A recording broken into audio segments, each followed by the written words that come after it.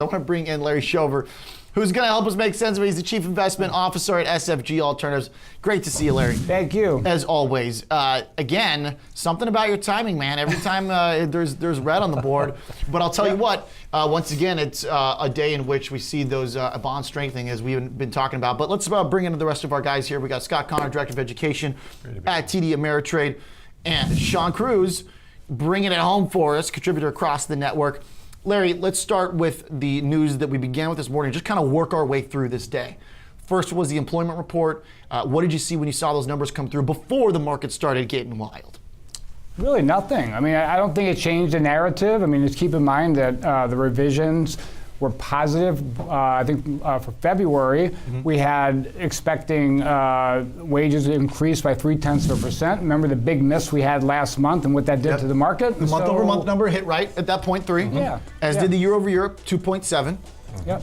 Which is growth from the previous and in line with the estimate. Do you look at the overall payrolls number on a monthly basis, or is this going to become a little bit more choppy as we get to full employment? I believe it's more choppy, and that's why you need to look at like a 3 to 6 month average. And so we missed on one of the numbers today, the ads, I believe. But when you average it out, we're still at 200,000. And what people don't realize is that our economy is still growing, even if the ads were at 100,000. So it's amazing what's going on in the jobs market. Given that, which I think Larry hits on the head, right? Which was, you look at that and there's not anything terribly exciting with that employment report this morning. You know, it was at first it was a big miss, but then they revised higher and everything Larry just walked through. But then, Scott, we see the market continue to just weaken throughout the day, selling across the board, and you start to wonder whether or not the tariffs will be that kind of catalyst to bring perhaps a bigger downturn that exists even in the wake and in the face of strong economic data. Well, yeah, I think coming into this week, last week, we were talking about that, the main show. The main featured event is going to be the jobs number, particularly the wage size. And then, of course, the tariff jumped in there. But then again, by Wednesday or midweek, we started thinking, well, looks like we kind of worked our way through that. Let's get back to focusing on the jobs number. And then, boom, the show was stolen again by the $100 billion retort. And now, I think when the market was already down 300, we did see a little bit of a positive reaction once that jobs number came out. But then, of course, everything reverted back to all eyes on the tariff. We sat here yesterday. Larry and Sean weren't here, but me and you and our other guests were talking. And we said, hey, the tariff conversation, when it fades, the market jumps. But before we left, you said, look, at any moment, you don't know when the next headline we're going to drop. We thought it was going to be maybe another response or we're going to have to sit and wait. But then it came overnight, Sean, from the president saying, 50, why not 100? And suddenly you see some of the arguably more loyal kind of, I don't want to say supporters, but more tolerant of those back and forth tweets and all this stuff by the president, which has been financial professionals saying, look, this is now messing up our realm.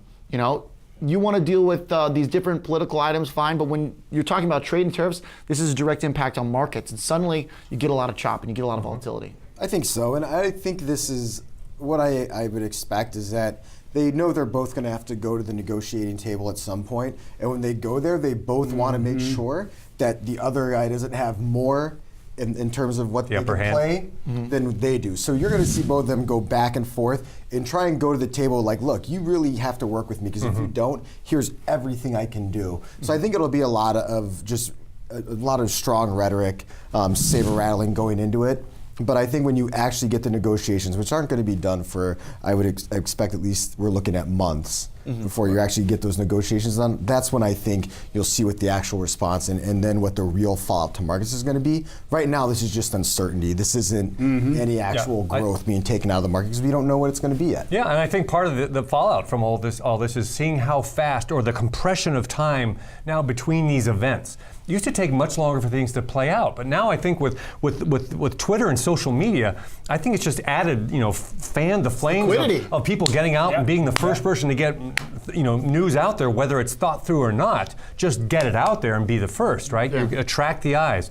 Now, I think that has some potential downside, because obviously these are things and subjects and matters that need some thoughtful process. But speeding that whole thing up, and again, that's part of the reason I think that the all of the news and the markets and the investors like us are nervous because we're just afraid what's going to be the next tweet. What's the next thing that's going to come out of left field? Larry? Yeah, and I think what we're all saying here is that there's a huge chasm between rhetoric and reality. But the market doesn't see that right now. And what the tragic thing is, in my view, is that it's muffling out what really is true about this week. And that is we had another week-long downshift in growth numbers. Okay, PMI surprises on the negative side. People downgrading now, the UK, Japan, Eurozone. You have industrial production numbers that were soft all week, including today with Germany. Retail sales are flat, manufacturing sector. It doesn't mean we're going into some huge recession, but this is again 2 months in a row of sliding growth numbers, and that's worrisome. I think you're onto something very important, which is that even though we've got the headlines and the tweets on trade and all that, the difference between now and say maybe 2 months ago was that we had a certain fallback, which was earnings and economic data. But suddenly, even those become a little bit murkier. Now, the earnings side hasn't gone anywhere yet, but we know just how high that bar is. And suddenly you start to look at what you have on the pro side and the con side, and it starts to lighten up a little bit, Scott. Growth expectations are, I think it's safe to say, at historic highs, right? So we haven't seen year-over-year growth numbers like we're seeing right now. So you're absolutely right. I would say that expectations are extremely high, and that it wouldn't take a whole lot to change those expectations, right? So in other words, you're right. I think Sean's so right about there's a lot of posturing back and forth right now for the negotiating table. And that's quite a bit down the road. But again, I think that if things don't take a turn for the better, and we don't see that this is something that is negotiable, that could put a little damper on these forward-looking earnings. And we talked a lot about the Goldilocks economy and synchronized global growth and how everything was looking it looked like they were pricing in perfection. I haven't heard that phrase synchronized global growth much in the past week. It's gotten pulled back a little bit. Synchronization. Trade wars. They got synchronized trade wars. So I think that's one thing, and we talk. A lot of people said you are pricing in perfection into this market, and so it makes sense when you have perfection priced in terms of, let's just say, growth. That coming down can already have a big enough impact, and you haven't even added in the rise in uncertainty or the rise in risk. So when you have growth coming down and then uncertainty and risk going up, it makes sense that you're going to have a pretty volatile trade going on until you can get some certainty out of anything. Scott Menard at Guggenheim back during Davos at the end of January, Larry, said that all the excitement about the synchronized growth at that World Economic Forum for him was a contraindicator. That was January 23rd. It's pretty close to calling the top there. Not a bad sort of move. Does that story change that fast, though? Because we heard from all these big investors and all these heads of banks at the end of January how good the economic picture looked. Does it change over the course of now about 2.5 months? Well, yeah, it could very well do so. And I think this is all part of the plan, whether we're smart enough to figure that out or not. I mean, quantitative easing has done what it's done. The next step is infrastructure and spending. Nobody's talking about deficits. Everybody's talking about spending.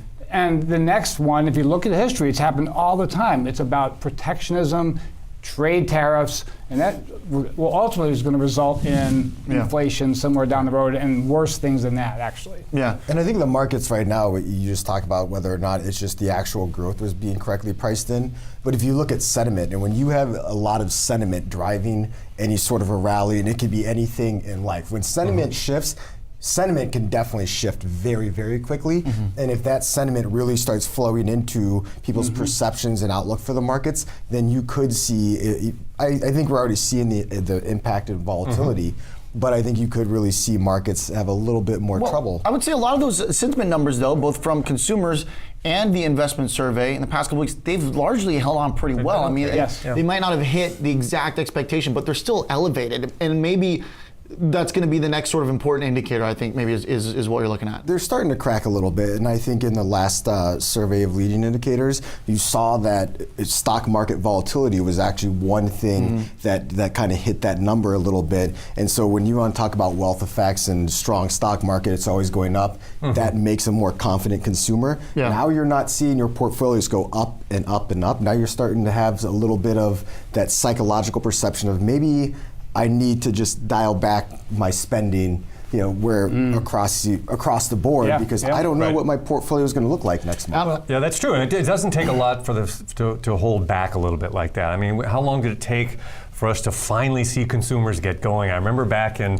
October and November when we finally started seeing some good numbers, and some of those actual retail sales started matching, like you said, consumer outlook, those soft numbers. And it took so long for that to happen. So again, customers can be fickle. I mean, it doesn't take much for them to kind of tap the brakes. Here's what we're looking at as the equity market ends trading for the week until futures reopen, or well, they got to close first, then they got to reopen. But here's what we're looking at: the S&P 500 down 2.2% on the cash index, 2,600. Could have been worse, I guess. Not quite on the lows of the day, but pretty darn near them, because things this morning were not too bad, and then it escalated quickly to the downside. The Dow dipped below 24K. As you can see right there, some of those big industrial and exporting companies rocked once again, but today wasn't just about Deere, wasn't just about Caterpillar or Boeing.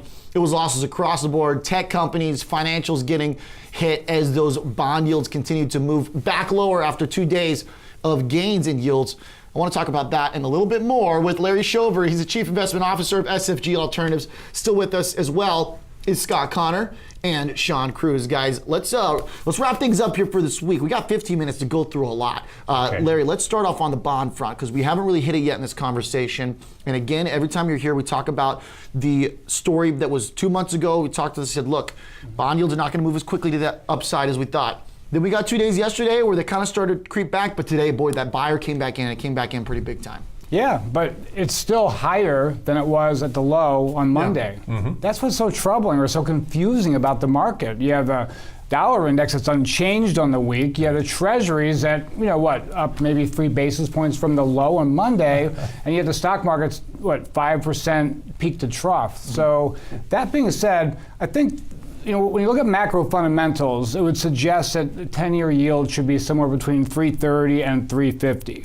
When you put in the adjustments of twin deficits and this crazy fiscal policy and monetary policy, 2 3/4 seems about right. Yeah. And that said, I could see us easily staying within that range of 260 and 3. From now until the end of the year without much trouble. I want to ask you the same thing that I asked JJ, the Chief Market Strategist here at TD Ameritrade, which was the original explanation, I think, for why yields moved back to the downside. When you and I talked about it back, let's see, that high of 2.9 was reached in mid-February, okay? And then really at the beginning of March was when things started to move southward for yields. And when you and I spoke, I was kind of describing that as a momentum reversal, because there were so many bears that then had to get their trade challenged. But now I wonder, does it look like people are buying bonds because they don't want to own stocks, or they don't want to get exposed to high beta assets? Maybe. I don't think that's the full answer, though. I think, when it comes to the international buyer, the hedging cost has become so enormous that they're not the big buyers anymore. I think part of it is that there's been this recent phenomenon where U.S. data is perceived to be doing better than Europe. That's why we've seen the strength in the dollar, and therefore that's going to cause yields to go a little bit lower. But keep this in mind, that yields didn't really go as low as they should have given the enormous sell-off we've had. So I think there's definitely something to what you said, that the customer is happy to buy the 10-year yield and clip coupons, but I think there's more to the story with the disruption of the U.S. dollar short covering rally we've seen this week. Yeah, we're taking a look at, as we talk, at some of the movers in the market. The winners sheet is a short one today, and it is pretty muted. We're looking at Patterson Companies leading the way higher, a stock that has been pretty troubled within its own right as of late. But guys, let's talk about connecting these two stories. Volatility in equities and the bond market action today following that employment report. The wages of 2.7%, Scott, I think if back in February, when we saw the bond sell-off on 2.9, if you had said, hey, 2 months from now, we're going to be at 2.7, and you'd probably say, hey, this is a comfortable area for bonds at 2.9, and alas, though, that's not the case. Yeah, absolutely. And I think along with Larry's point is, even if we do sort of find this 2.6 to 3 range on the 10, that doesn't mean there's not going to be more volatility. That's right. I still think, again, that's a range, and I totally agree. That probably is a range that we've been in for a while, but there could be some big swings within that 2.6 to 3. We might even go back and forth 3 or 4 times, who knows? Because we're seeing the relationship of, okay, a couple of days, like you said, rates start to tick up, and then all of a sudden the market sells off, and then there's bond buyers for safe havens, and it pushes the rates right back down. Yeah. And it's almost like the dollar, which is, has a long-term correlation with interest rates, U.S. interest rates, is just given up. And I can't follow anymore. I'm getting whiplash back and forth, and now I'm just going to watch the bonds move, and we're just You gonna start sit here. wearing a helmet to the office, Scott. It's almost like that. I think people are almost shell-shocked. But no, I think you're absolutely right. The range is there, but I don't think volatility is going away. Sean, what does this mean for equities? We saw, again, some of those groups that do better with lower yields held on a little bit throughout the past month and a half, or rather off the lows of February 8th. Utilities are up 6%. Real estate's trying to come back a little bit. Is that something that's going to hold if these levels we're talking about within that 2.6 to 3 area, or the kind of home for yields? I think of what you've seen, what I've been looking at of bonds lately has been that they've had a lot of information they've been trying to absorb lately. We got announcements on what the size of the upcoming auctions was going to be this week. So I think they had to figure out what the supply is going to look like. We had the jobs numbers out today. I think the actual inflationary pressure in there was a little absent, even though your average weekly or hourly earnings came in at expectation. I think that was propped up because you actually had quite a bit of people not going to work due to inclement weather. That was around, I think, about 1 million hours this time, and that's well above what you expect to see. So I think you actually had a little bit of, I don't want to say deflationary, but I think that average hourly wage number would have come in significantly lower were it not for that. So that's why I think that helped out bonds a little bit too. And then you have a little bit of the safety play going on, which is going to impact equities and also add a little bit more of a bid to bonds as well. And I think you saw that play out today. Larry, as you talk about the way you view the bond market, it's connected to equities. Is that going to also inform whether or not there is a meaningful rotation into things like utilities and real estate over longer term? Now, I use the word meaningful because it's subjective, and frankly, if you look at just the big fundamental picture, it seems hard to really buy some of those safety trades, quote unquote, whether it's staples that face their own disruptive problems, or if it's utilities that, even though they're up since the February drop in the market, it's one of the worst expected earnings growth areas of the market. How does this all work together?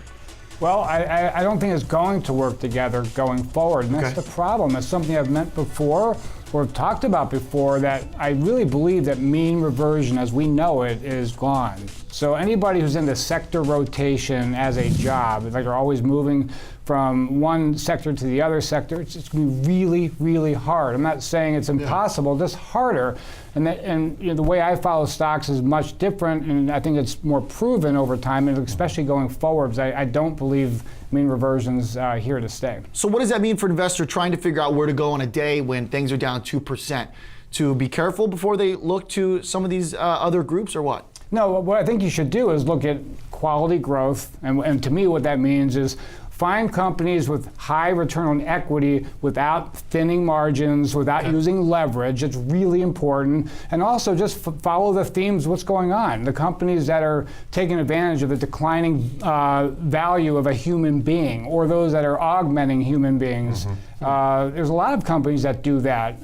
Bread and circus, it's never been more important to people right now. So I think that's where you go. But return on equity, in my mind, is the most important metric out there. It sounds like that we have to be a little bit more careful than just identifying things as growth or quote-unquote value in this market. Exactly, because I don't really care much about what sector.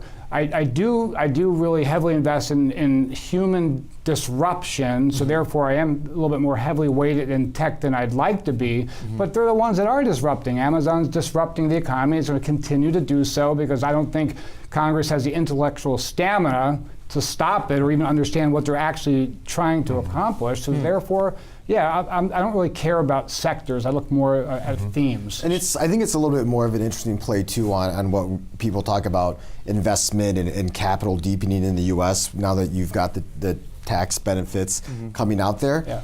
And that is when companies invest now. It used to be when a company was going to invest, they were buying new factories, they were buying new machines. But now a lot of these companies now, when they invest, they're actually probably going to try and automate as much as they can, or bring things as up to speed as they can with the latest technology, which again is going to, I think, at least involve tech a lot more than it used to. It used to be when you talk about a business investing, you were going into So industrials. it may not be as prone to an economic downturn, perhaps, then? I think there's something to that, in that they're not just something fringe that a few people use it. It's so ingrained in what a lot of companies do in day to day and how they operate their businesses that I think you need to maybe think about it a little bit more. And to your point, it's just going to become more prevalent. Yeah, we were just mentioning Amazon. Mnuchin actually came out about 1 o'clock today and tried to clarify a little bit of Trump's, what he's trying to do with the company. And again, focused mainly on that issue of collecting sales tax. Yeah. Saying that should be the responsibility of the vendor, where it is in most other states, and for them to compete against those other vendors and not have to go ahead and fulfill that, he said is still the main issue. Larry, on this show we talk with a lot of portfolio managers. We talk with strategists about this very topic, which is what will hold on for the ride if you're either trying to preserve capital or not, or rather even gain some in a market downturn that's deeper than just kind of an 8-9% correction. And I still hear the utilities, I still hear the real estates a lot, and it becomes a harder case for me a harder pill to kind of swallow sometimes, just because of that big risk that even if things slow down, you might still have to have a Fed that moves rates higher, just because of the nature of where we are after so many years of QE, all the things you just pointed out that typically happen historically with inflation. Yeah, it's a good point. So the model that we've been using for the past few decades has worked. I mean, it definitely has. We've been through a great moderation, and I just think that's over. I mean, we have so much debt in our system. I don't want to come off with like an end of the world guy, because I'm definitely not. It's all right. You're coming off as an end of the week guy, Larry. End of the week guy. It's Friday. I know the market always collapses when I'm here. Maybe they should start an index about that or something. The Larry Shover market on close appearance indicator. Yeah, and we'll bounce on Monday for sure. But no, I think we have to realize that the world's changing. It's changing so quickly. And just to be adept to that, I mean, I used to be all about being overweight financials, overweight industrials, et cetera, but I think it's much broader than that. Scott, jump in on this, because we talk a lot about this same thing, right? And that is that it's hard. I mean, when we first started this program in October, this was when we were just getting started into that whole real environment of rates moving higher. It was talk from basically the taper tantrum up until that point. And then you finally started to see the things take shape for this new environment. To some degree, it seems like a lot of these preconceptions about how things are supposed to work will start to get challenged. Yeah, well, I think they definitely have been challenged, and I think that's what's added to the confusion, the uncertainty in the market in general. And I'm thinking, like I mentioned earlier, is that's what's going to sustain this sort of heightened level of volatility we have out there.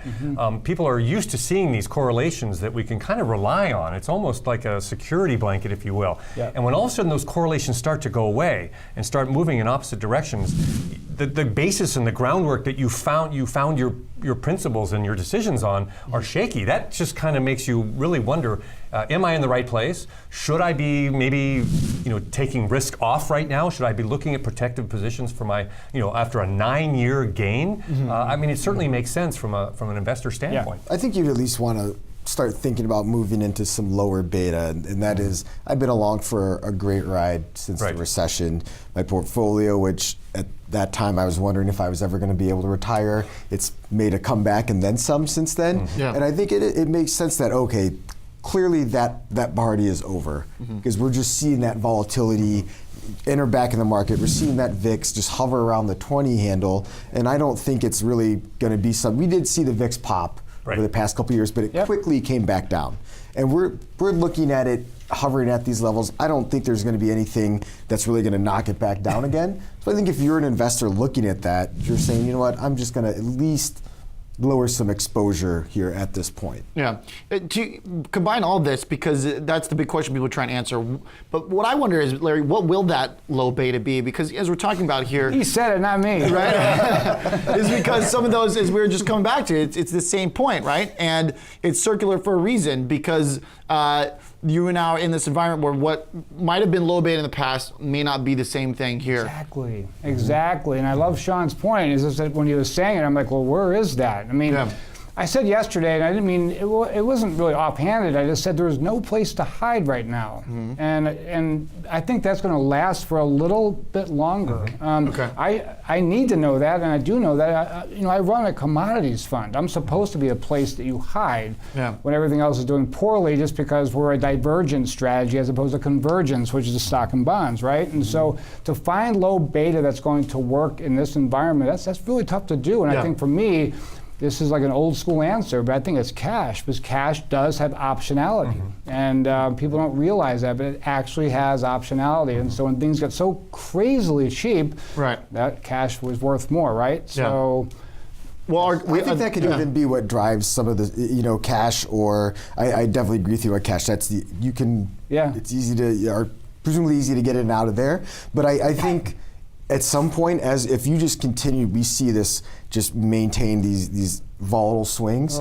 Eventually, even treasuries start to become more attractive. Look, I'll just take my 2 3/4 yield and just sit here on the sideline and sleep well, versus every day I've got to wake up and just see these swings. I think as this continues, if it maintains this, you're going to see more and more people just start saying, all right, I'm just going to move into cash, or I'm going to move into a treasury and just wait until something breaks one way or another. Right. I think one of the issues that long-term investors have is actually going into cash, right? How do I do that? Well, I need to liquidate some long-term holdings, thus inducing a potential long-term capital gain, which I might not want either. So I think for those that are worried about that, of course, they still have alternatives as well. They can jump into the broad-based indices and look at some, sort of beta weight their portfolio to the S&P 500, then look at maybe putting on a 6-month or a longer leap sort of long-term put spread. So they're not just going out and buying puts by themselves. They're buying some puts, but selling some pumped up puts, and try to get some protection that way. I love and then that way they don't force themselves to liquidate and then take on tax. Does that make sense to you, Larry? I think Scott's answer is actually the best of all of us here, because we should be talking about options. I mean, a lot of people are scared of them, but this is when you should use them, especially if you're sitting on gains. There's all sorts of things you can do to keep yourself from a capital gain, getting socked, or missing the next move in the stock market. And you have to pay for protection. You just do. Nothing's for free. We know, remember that. But worth every penny. If you think about it, if you were holding GM or GE last year, and when the VIX was at 10, and you could have, let's say you held it at 28, you could have bought those 26 puts for 80 cents. And have some long. I bet you those are looking great right now if you did that. But it is a hard thing to get into. Well, it's 80 cents, and this is GE I'm talking about here. But going into the fourth quarter last year, you heard from strategists across the board. Portfolio insurance is incredibly cheap right now. You should be at least thinking about this, especially going into the new year. And it looks like investors that heeded that warning were rewarded. And I still don't think it's too late to go in, because we've seen a little bit of a pullback, some increase in volatility, but it's by no means too late to still go in and think about it. Right. I'm sorry. Real quick, Scott. It's very difficult to pick that top point to say, this is where I sell my stocks. It's almost impossible. But it's a little bit easier to say, listen, well, we've had a nice couple 3 or 4 day runs in the market. This might be an opportunity. This is not the worst to place. Look at a put spread. Larry Shover, great to have you back here. Thank you. We got to wrap it up, guys, because we're out of time. But Larry, great insight as always. The Larry Shover Market on Close Indicator Index. We're going to work on it. We're going to get our team here together at TD to figure out how to get that available to you guys. Larry Shover, the Chief Investment Officer at SFG Alternatives, as well as Scott Connor and Sean Cruz. Guys, really smart assessment here today, and I think a lot of people need that in a rough market like this.